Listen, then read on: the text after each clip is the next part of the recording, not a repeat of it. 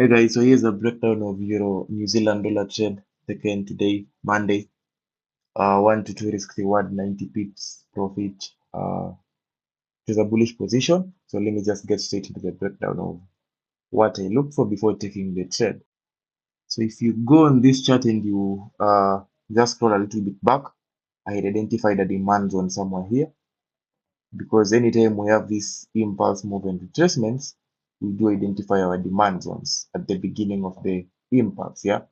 So long story short, this was a demand zone because it was the beginning of an impulse. So I came and I marked my demand from the beginning of the impulse to the first breakout candlestick, which is there.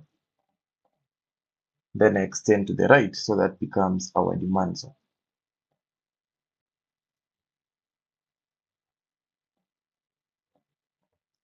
So if you scroll back, you realize that at demand we're always looking for a bullish setup. Yeah. So I just want you to see from the first time price started the demand, we had a bullish setup. It came back another time, we had a bullish setup. The setup was complete with this second move. It came back a third time, we also had a bullish setup, which was last week. So again, by Friday, the markets came back to the same demand zone. So now you see this demand zone has been respected right now, at least I think 3 or 4 times.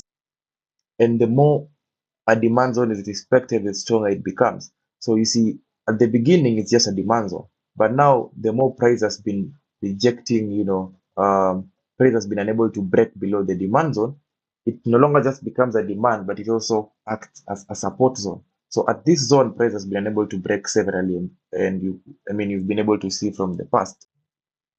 So the fact that it is a demand and also acts as a support is even a better sign. So when price comes here, as usual, you want to see whether you're going to have any reaction before we can take a bullish setup. First thing is that you always want to get a rejection, which we did get a first rejection there and a second rejection here. This was on Friday. That's why I'm not using this one, because it was late on Friday, as you can see, about 7 p.m. on Friday. So you can't take a trade at that time, since I don't like holding my trades during the weekend. So it came back here on Monday. We had a rejection. Then we had this bullish breakout candlestick. Now, if you check carefully, we have a W pattern here.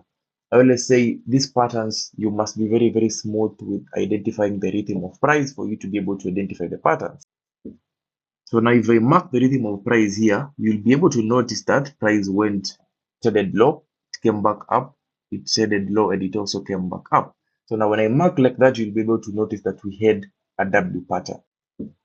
And now this W signifies a possible, bullish momentum. As a matter of fact, W is acting as a confirmation pattern.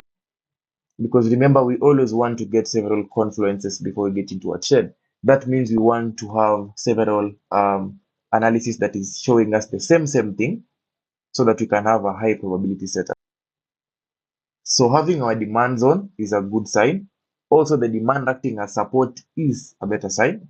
Then having the rejection is another, third confirmation. So having the W pattern act as a last confirmation that, we have a bullish pattern, which indicates that price is supposed to go up. So my entries are always at the neckline. So I come and mark my neckline here. So when price comes and we test the neckline, this is where I'm going to get my setup. So now I come and enter my trade exactly. This is where my trade was triggered at the neckline retest. Then my stop loss was about 45 pips, which I use most of the time. And my RR was just simply 1:2. I was looking to only get 90 pips on this trade. That's exactly how I got my bullish setup. Yeah.